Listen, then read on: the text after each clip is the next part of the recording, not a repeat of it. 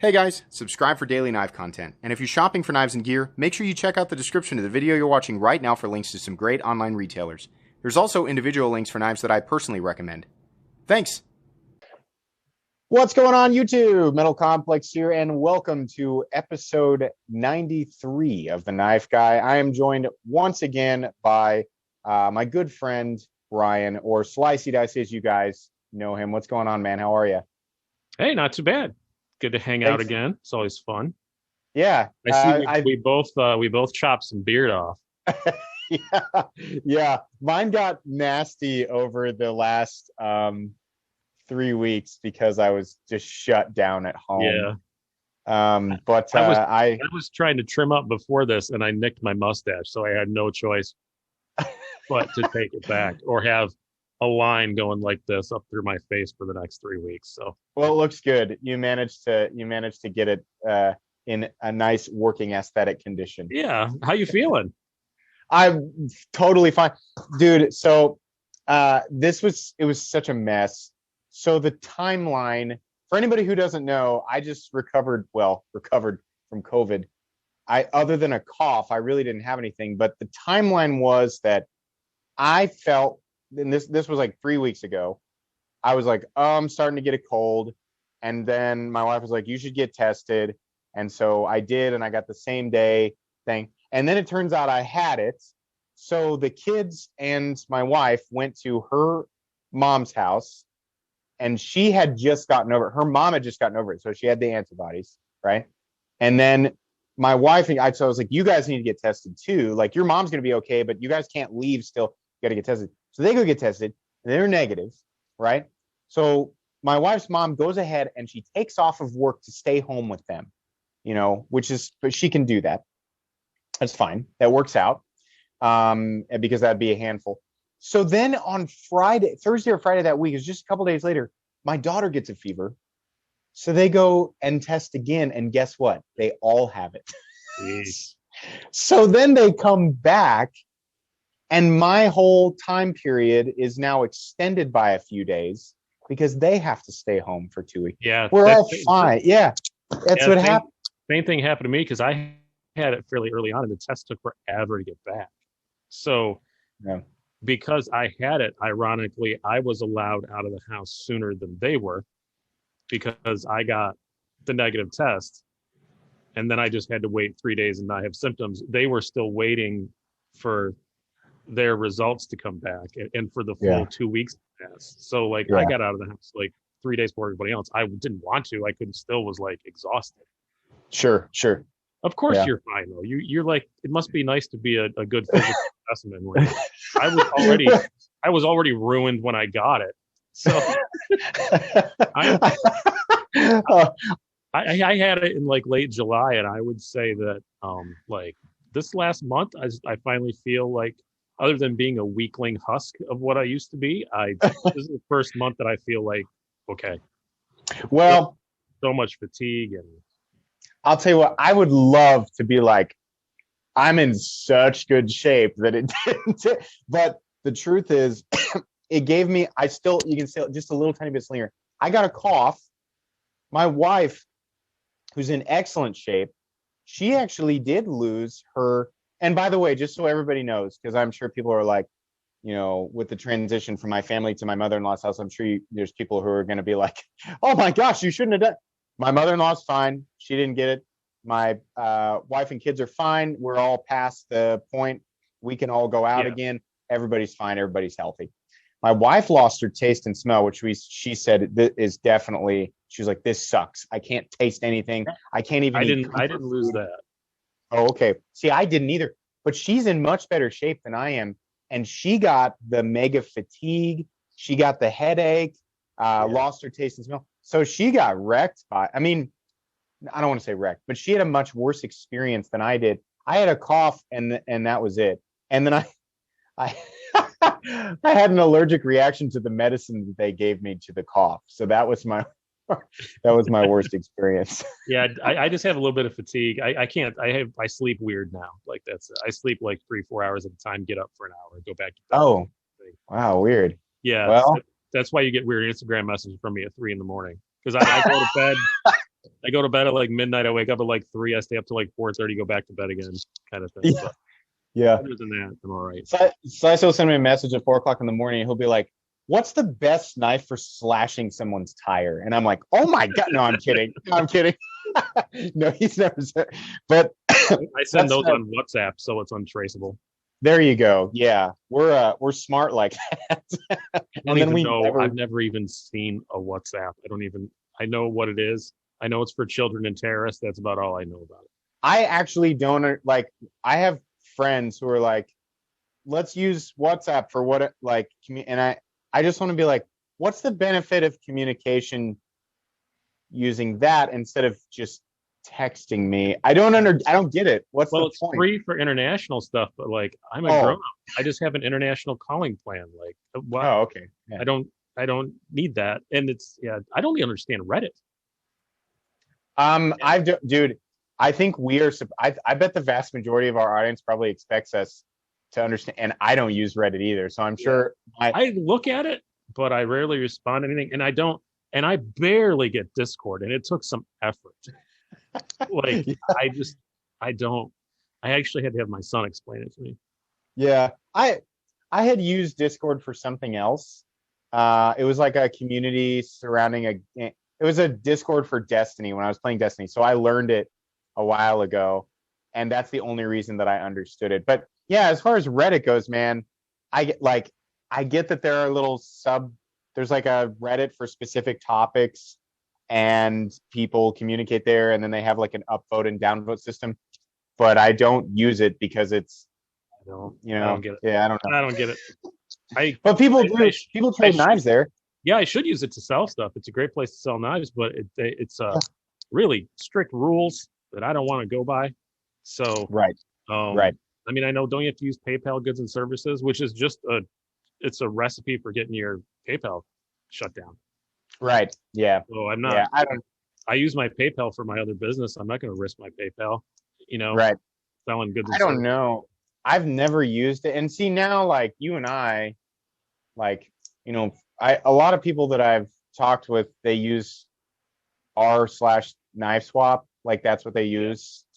But you and I, like if we want to sell or trade, we generally do that with our Patreon audience or our YouTube audience. Yeah. So we have our own little communities that makes it easier on us. But if we didn't have this, then yeah, we would probably just have to roll the dice with that, because they do get touchy about that with PayPal. You're exactly right.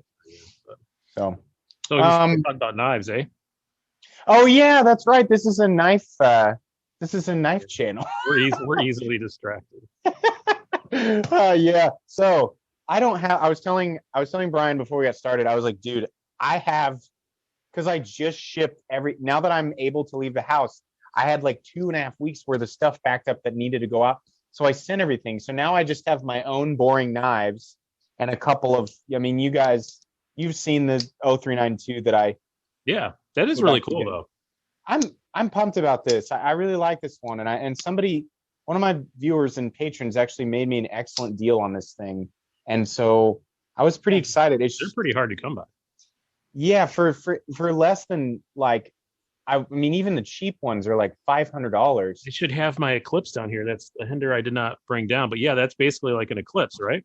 Yeah, exactly. And then I didn't bring my new Eclipse Bowie down, but yeah, I love that Eclipse Bowie though. It's pretty cool. And I never had the bigger Eclipse, the previous gen. I had the 0393. Okay. Which was kind of Eclipsey. And then I had the Eclipse 3-inch, but yeah, I didn't love that. So I really like the Bowie though. It's nice. I was super tempted because you put a picture of it on the group, and somebody else had sent, when like somebody sends you a picture and you see it and it just barely registers and you're like, okay, I'm gonna log, like when you have like, your brain is focusing on finding something else and you see it and you're like, log that away, and then you just keep going. And that's what happened. And then I looked at your picture of it in the group and I was like, I really want that. Honestly, but the last few honestly, I didn't realize what I was ordering.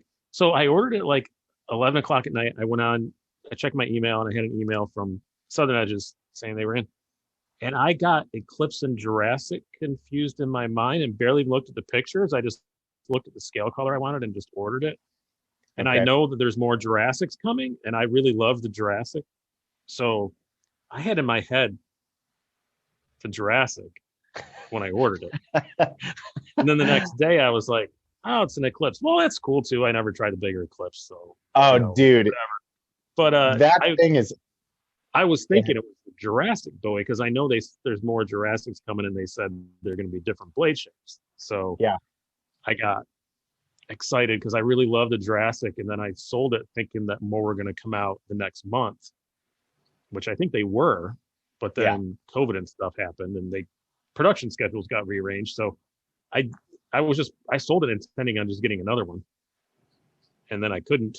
So it was kind of annoying, but yeah, I'm going to keep this for a while. I don't think it's going to be a forever one. Oh, really? Dude. But I'm going to keep it. I'm going to keep it for a long time. I do like that Bowie a lot more than I thought. I like how Hinderer has a talent with making blades that usually have a very thin and dainty blade tip. They make them not have that. So their warnings have pretty decent tips on them. Right. Maybe less so than the Bowie, but the Bowie's got like a real like Hinderer tip on it. You know, it's like I don't worry about it. So, you know what's funny is that as far as all the blade shapes go on the XM, I didn't realize how important it was to me. Like, because I've got very specific, just like everybody, we look at knives and we have certain aesthetic tastes. I didn't realize how important it was to me, the combination of blade shape to the handle, like how the handle looks. Because I don't like the Bowie on the XM. But I love it, but it looks great on the Eclipse. It looks amazing. And you know what's weird? The reason that I looked at that and I was like, man, that looks good. And it reminds me of something. I had forgotten that they did an 0392 with the Bowie. It was the Eclipse profile with the Bowie blade. You know, and that's why it looks so good. You know what? This is dumb. Edit this out. I'm going to run up and go grab it because this is stupid. Okay. You're talking about it. We're talking about it. We should have it. Maybe I won't edit it out. I'll just do something like this. All right. I'm doing this for you guys. Actually, I'm doing it for myself because I don't want to have to edit this video. So for your entertainment, I'm going to do this until Slicey gets back. Gosh, I sure hope it's quick because this isn't fun. What else can I show you guys while we wait for Slicey? I'll show you the other knife that I was going to show him. This is so weird. I'm just realizing what I just did for 20 seconds. This is actually sent from Kyle Roberts. I'm talking to nobody, Slicey. I'm showing the KNP edition of the. I didn't want to edit it, so I just like. Oh, that is very pretty. I just danced and then started talking about the KNP edition of the Evo Typhoon. But anyways, so let's show it off, man. Let's see it. There we go. Oh, beautiful! And you went with blue and black too. Is that what you? Yeah, I love the blue black on the G10. It's like that's the only one I'm not usually tempted to upgrade it. Like, yeah, I'm fine with it as it is. But yeah, across in the camera. But for a Bowie, it's still got like a tip you can do stuff with. It does. It's got a thick tip. It's got a good breaching. I always say breaching to add volume to otherwise empty words. But yeah, it just flows well with that. You know, with that handle shape and yeah, dude. You know, basically, like I said in my little first impressions, it carries exactly like an XM. Yeah. You know, it's just like an XM in your pocket. I think that's one of the best looking Eclipses. I know you don't like the Harpoon Spanto as much as I do. I love the Harpoon Spanto, but as far as all of the different blade shapes they've ever done on the Eclipse, I think that Bowie is one of the best looking blade shape. And the other thing the thing I forgot that I like about the Eclipse is it has that drop right here. So when you lay your thumb down on the back of it, it feels so much more. Yeah. I mean, I always forget that the Eclipse was meant as an evolution. It feels thinner in the hand than the XM. Yeah. But it isn't really. I mean, it is in this dimension, but it just feels, I don't know, it feels a little thinner in the hand. And with my long fingers, that's not a big deal. But I could see if you had shorter fingers, you would really appreciate that it's a little easier to get a hold of. And I'll talk more about that when I do the full review. But yeah, and other than maybe being slightly easier to get your hand past in the pocket, it carries about like a regular thickness XM. Yep. Now that it has the tri-way, like, because that was the thing, it took so long for them to finally do an Eclipse with the tri-way that the XM18 was the no-brainer choice, like for so long, because they did like a Gen 2 Eclipse that was still on nylon, and then that's technically the Gen 3. Yeah, I think in my first impressions I said Gen 2 because I didn't know that there was another one on the nylon. Yeah. It's so hard to keep track of because people assume Gen 6 and tri-way mean the same thing when every individual model has its own generation, so it's impossible to keep track of. But yeah, forever the obvious choice was the XM18 because the tri-way was just preferable, the new but now that they have the tri-way on the Eclipse, oh my God, it is so, like, I'm so excited for more versions of the Eclipse to come out because I want to add another one to my own collection. That I was real tempted to the Bowie, but you and I buy so much of the same stuff. I was like, maybe I should wait and get something so that Slice and I can have different stuff. Yeah, but I didn't. The video I put up last night, I know is I don't know if it was controversial, but I got the new really expensive bug out, and luckily people mostly agreed with my analysis, I guess you'd call it, because it's $255, which is a lot, but it's carbon and S90V, and like you can't build one in the custom shop. They don't have S90V or carbon in the custom shop, and a custom shop bug out's $240. Okay, if you bought a regular bug out at 130, put carbon scales on it, put a titanium backspacer on it, all this stuff. This one's aluminum, but still titanium backspacer on it or whatever. You're at $240, and you still have an S30V blade on it. Sure. So, ironically, this is the most expensive one, but in a way, if you just love bug outs, it's probably the cheapest way to go. Yeah, I mean, you're right. And Benchmade created that price cornering, but you're right. It is. Here's the thing. I'll say this: it's not as bad as the 940 carbon fiber and S90 that they still want $271 for. The 940-1. I have one and I love it. But yes, it is way overpriced. I have one and I love it. But it's not, I wouldn't say that, like the same thing I say with the, see this I kind of get because the bug out is like beloved. I get why they went nuts with the specs. It's their number one selling model by a gazillion. But the one I haven't and I really like it, but the Mini Freak in the carbon S90 260. And I said it's not overpriced, it's over specs. Like we didn't need that. It wasn't when we wanted a Mini Freak, we wanted a mini version of the Super Freak. We wanted the M4 and the fancy G10, and we'd have been very happy. How funny is it? How often? I mean, this is something that I find to be the case often, is that there are a ton of models that I love that have recently gone up in price, and I have to stumble around. This is still recommendable, but it's also kind of overpriced now. And I've realized that there needs to be a word, because like the Shaman, the Spyderco Shaman. As I say, you could just say Shaman. You could just say it. Yeah. You don't have to tiptoe around it. We all know. It's freaking 200 and something. And every time I talk about it, I'm like, it's really good, but it's too expensive. My first one was $159. Yeah, you got it before I had to pay $180 for mine, and that was after that was the first hike. Yeah. Went from $159 to $179 or something like that. So I was like, okay, nobody. But now it's like $205, and people ask me like, do you still recommend the Shaman? I'm like, yes, but I'm kind of pissy about the price. There needs to be a term. We need to invent a term for a knife that is both recommendable and overpriced at the same time. I think it's been shamanized. I think is the shamanized, yeah. The word for it. God dang it, that is so frustrating. Because I recommend the 8010 now more if people want a heavy duty thing like that. And the 8010 went up too. But yeah, it did. The 8010 at least has a better steel on it. Yeah. I recommend the 8010 over the Shaman now, unless you just really want that compression lock fidget factor. I don't see the reason to use that over the 8010.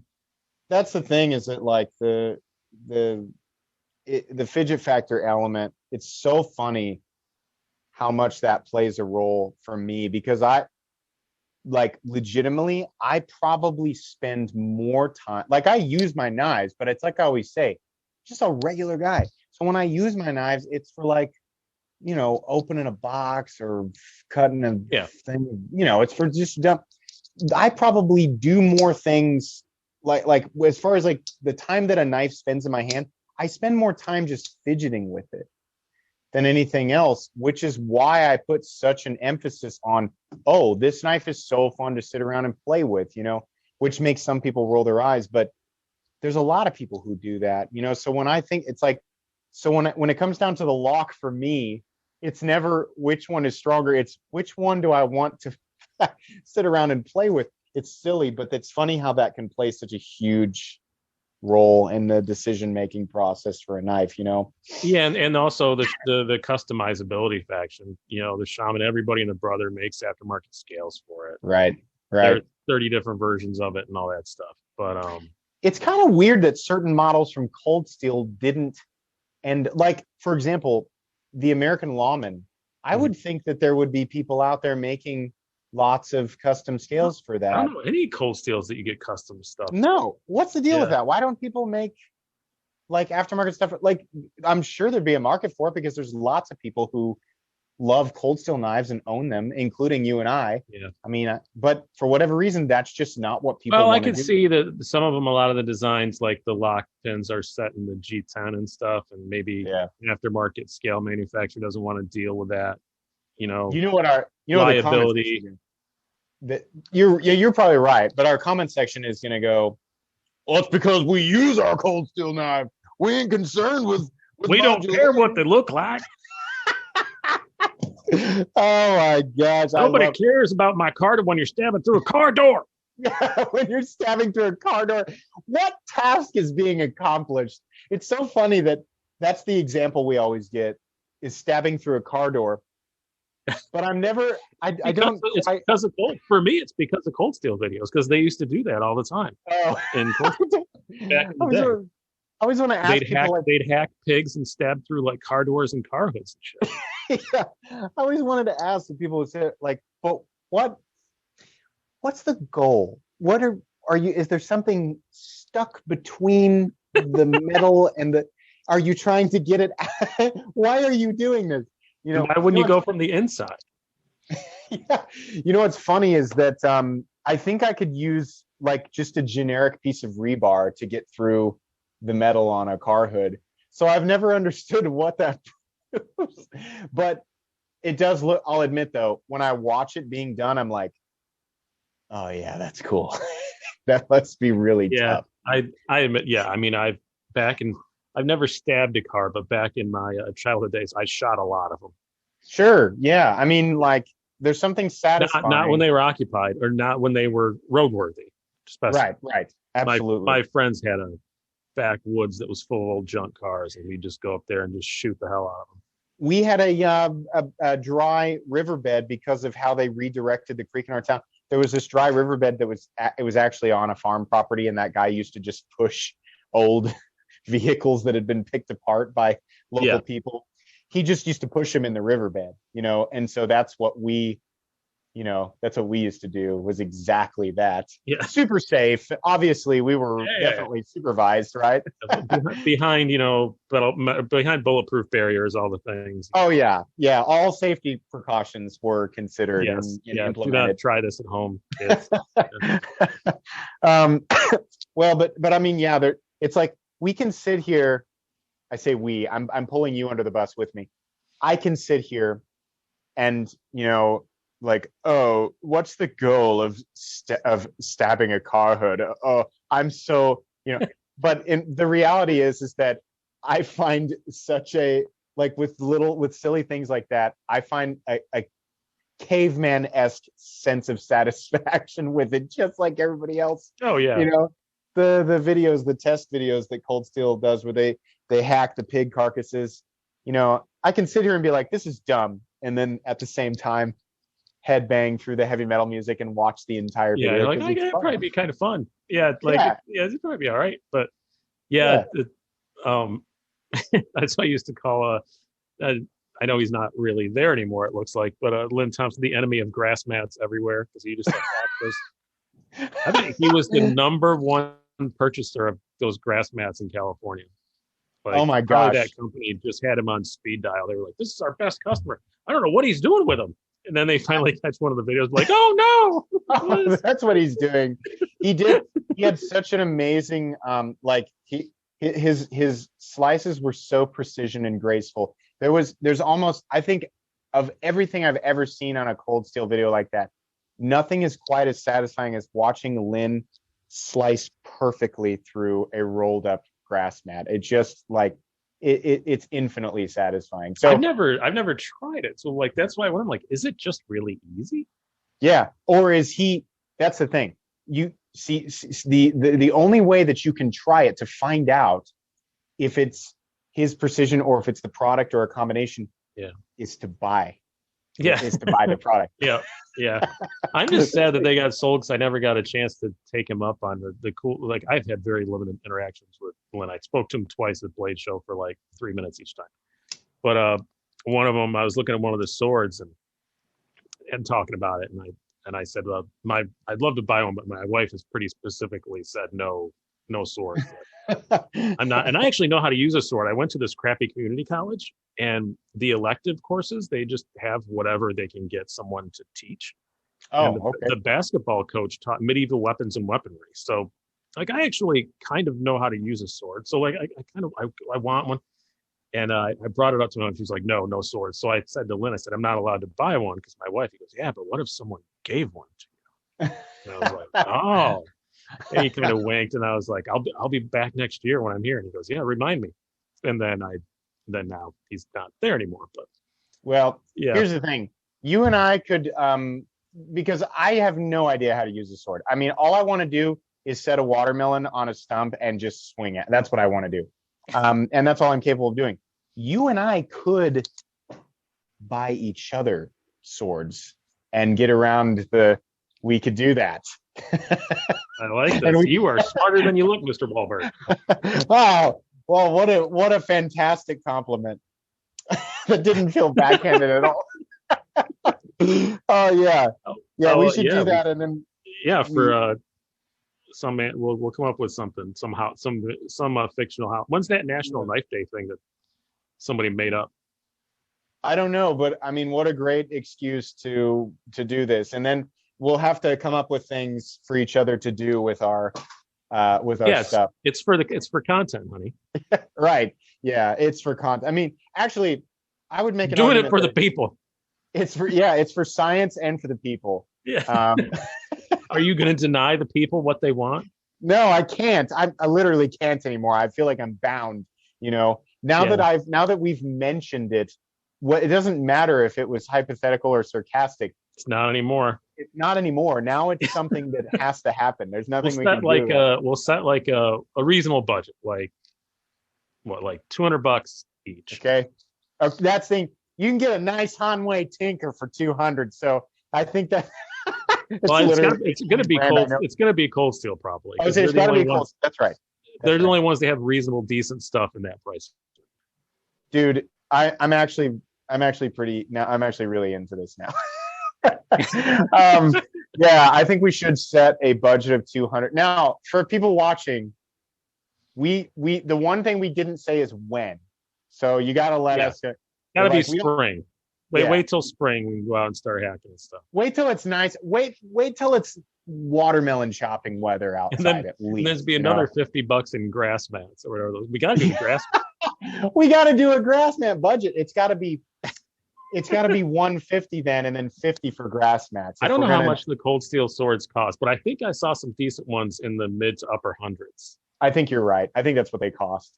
Now we're gonna look, and they're gonna be $700 and be like, oh, never mind. Oh God, yeah, we'll have to do another video. We'll do another video next week of us going.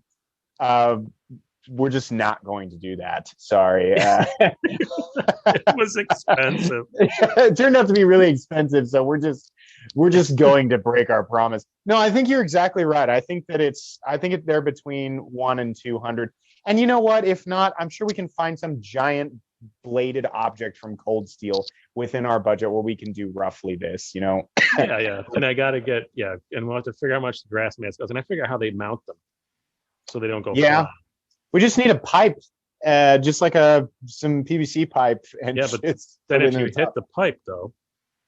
Well, I mean, that could also be for science. We could find out if the blade would go through the pipe, right? So we can spin this however we want, you know. And now I've talked smack that I actually know how to use a sword, and everybody's going to critique my swing. Yeah, see, I can just swing it around like an idiot, and people will be like, "Well, he did." I haven't swung one in 27 years. So. Either way, I think the outcome of this is something that, well, I'm going to assume people would want to watch it, but even if not, it's something that I now want to do. You know, which that's enough. That's all I need to record something. So, our most loyal fans will watch it. Our most loyal fans will enjoy some nonsensical sword swinging and watermelon destruction.